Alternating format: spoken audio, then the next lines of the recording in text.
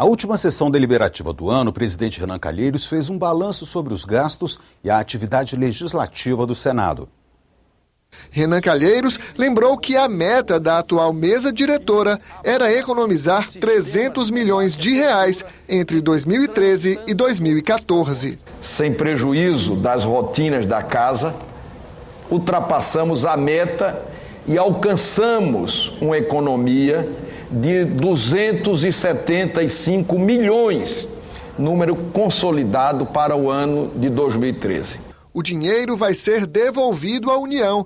Em ofício à presidente Dilma Rousseff, Renan sugere que os 275 milhões sejam usados em programas sociais. Os recursos que ora devolvemos são suficientes para a construção de 180 creches ou para o pagamento anual de 241 mil Bolsas Família.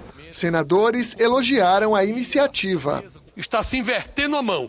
Em vez de vir mais dinheiro da União, da sociedade para o Senado, volta dinheiro do Senado para a sociedade, para que o governo possa aplicar em educação, em saúde. Não consigo imaginar nenhum órgão público que possa ter a satisfação de devolver aos cofres públicos uma montanha de dinheiro como essa. Renan Calheiros listou medidas adotadas pelo Senado para gerar economia. Foram extintas 630 funções comissionadas, o que corresponde a 30% do quantitativo total. Cancelamos ou reduzimos os valores de contratos com terceirização de mão de obra. 7 contratos sofreram redução de valores. Outros 2 foram completamente extintos. Eliminamos privilégios e os profissionais do serviço médico do Senado passaram a atender toda a população no SUS. E o mesmo ocorreu com os equipamentos hospitalares. O presidente destacou ainda o desempenho legislativo do Senado. A Casa aprovou 615 matérias este ano, 210 a mais do que em 2012. Se não contabilizarmos as concessões de rádio e televisão, a expressiva maioria das propostas de novas leis foram sugeridas pelo próprio parlamento. E nós estamos, mais uma vez, invertendo a lógica. Mais uma vez, o Congresso toma a iniciativa da maioria das leis. Entre as propostas aprovadas pelo Senado, Renan Calheiros lembrou a PEC das domésticas, o Estatuto da Juventude, o projeto que obriga a reconstituição de mama pelo SUS, o financiamento da saúde, os royalties do petróleo para a educação e a ampliação das votações abertas no Poder Legislativo. Isso é bom para o país e não para quem votou a favor de Vossa Excelência ou não. Quero aqui destacar também a habilidade de Vossa Excelência para que nós pudéssemos oferecer à população brasileira um resultado altamente positivo na produção parlamentar. Eu quero parabenizar Vossa Excelência pela condução dos trabalhos, a mesa, a parabenizar o Senado da República, que está sendo um Senado republicano. Morreu hoje o senador João Ribeiro, do PR de Tocantins. Ele tinha uma doença rara que ataca a medula. João Ribeiro estava internado em São Paulo. A notícia da morte do senador João Ribeiro chegou aos parlamentares durante sessão do Congresso na manhã desta quarta-feira. Perdemos um companheiro aqui do Senado. O povo do Tocantins perde uma das suas lideranças. Os parlamentares fizeram um minuto de silêncio e prestaram homenagens ao colega. Pude conviver com o senador João Ribeiro, um exemplo de homem público, uma militância dedicada ao Tocantins. Sentimentos de pesar aos familiares do senador João Ribeiro, nosso colega que também aqui honrou o povo de Tocantins. Ele foi da roça, foi engraxate, vendedor de picolé, foi empresário, trabalhador e empresário na área de óticas. E sempre um guerreiro, um lutador, um vencedor. João Batista de Jesus Ribeiro começou a vida política como vereador em 1982. Deputado estadual em Goiás, lutou pela criação do estado de Tocantins. Foi prefeito de Araguaína, deputado federal e chegou ao Senado em 2003, onde integrava a base governista. Doente desde o ano passado, foi submetido a 2 transplantes de medula. Morreu na manhã desta quarta-feira, depois de um acidente vascular cerebral. João Ribeiro deixou mulher e 7 filhos. O senador tinha 59 anos. Será enterrado nesta quinta-feira no cemitério Jardim das Acácias, em Palmas, no Tocantins.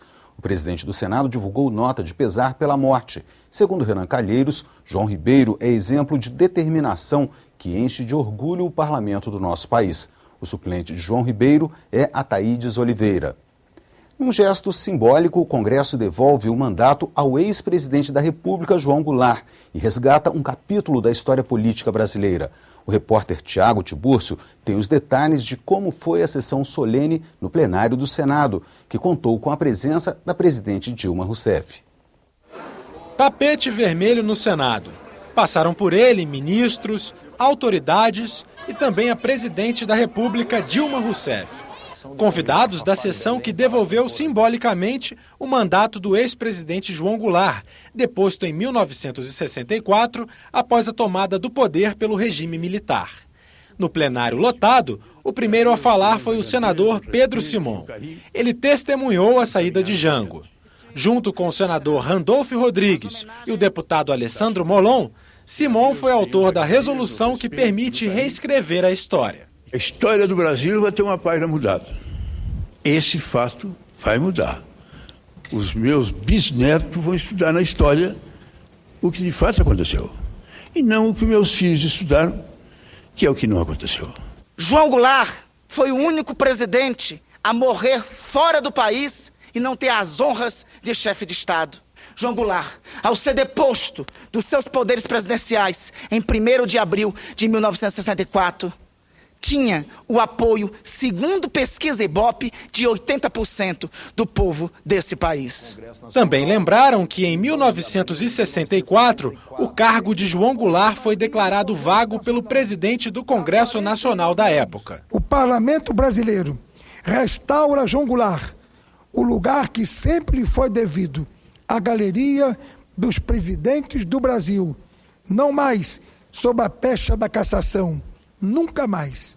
Meus senhores e minhas senhoras, em nome da Câmara dos Deputados do Brasil, as nossas desculpas pelo acontecido.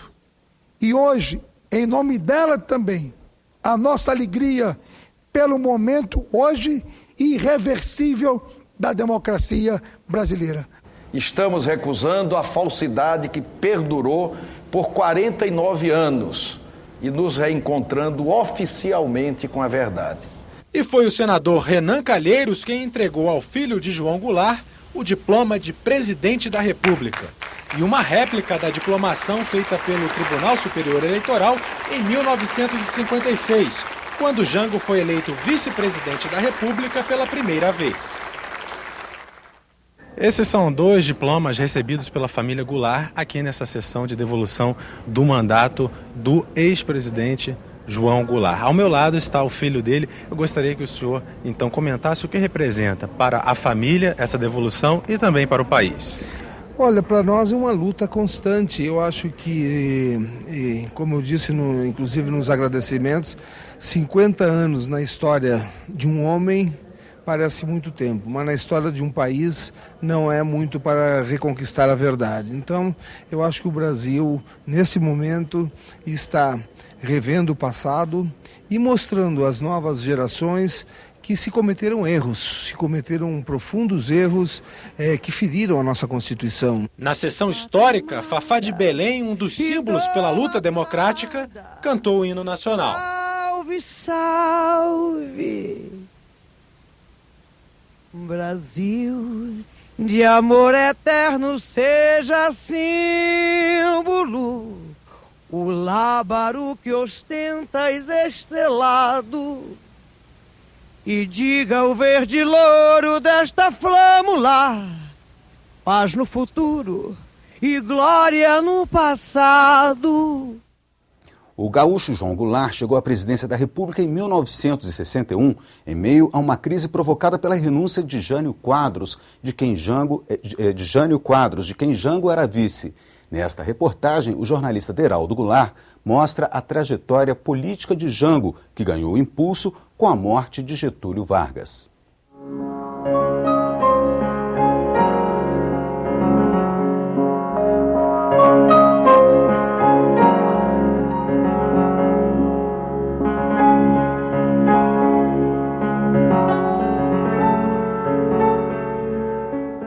O pai dos pobres deixava a vida para entrar na história. Herdeiro político do trabalhismo, Jango foi portador da Carta Testamento de Getúlio Vargas.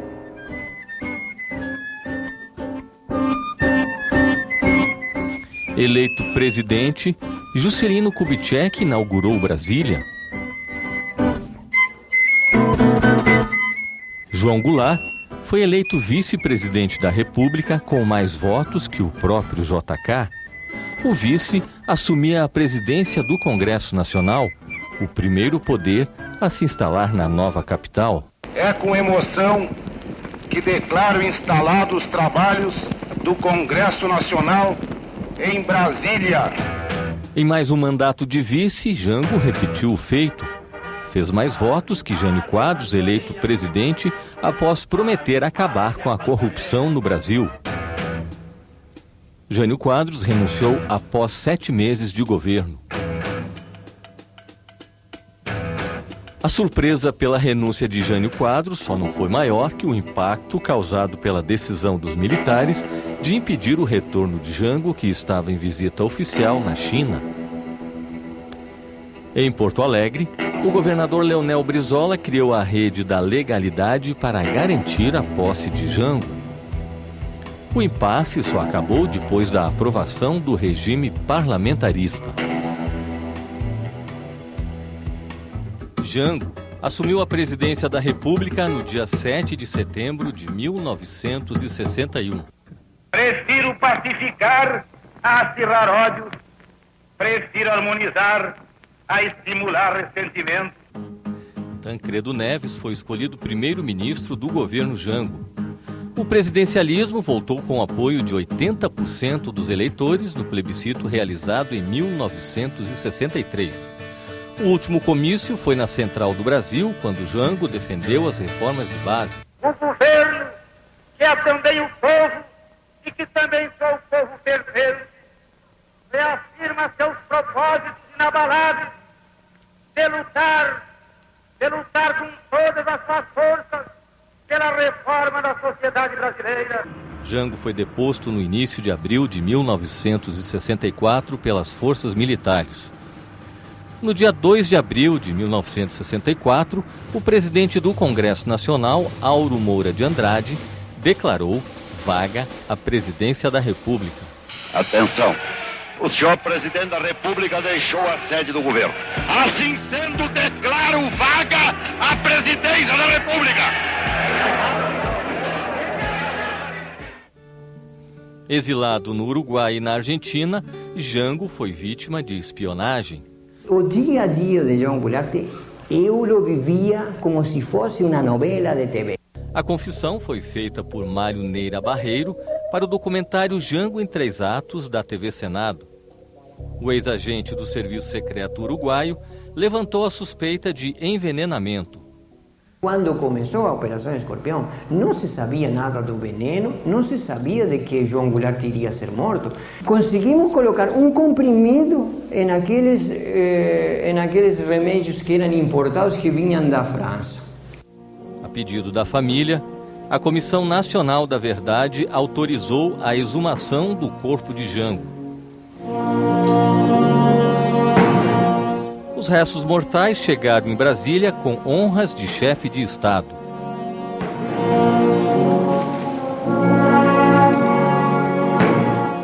Em novembro de 2013, o Congresso Nacional anulou a sessão do dia 2 de abril de 1964, que cassou o mandato de Jango.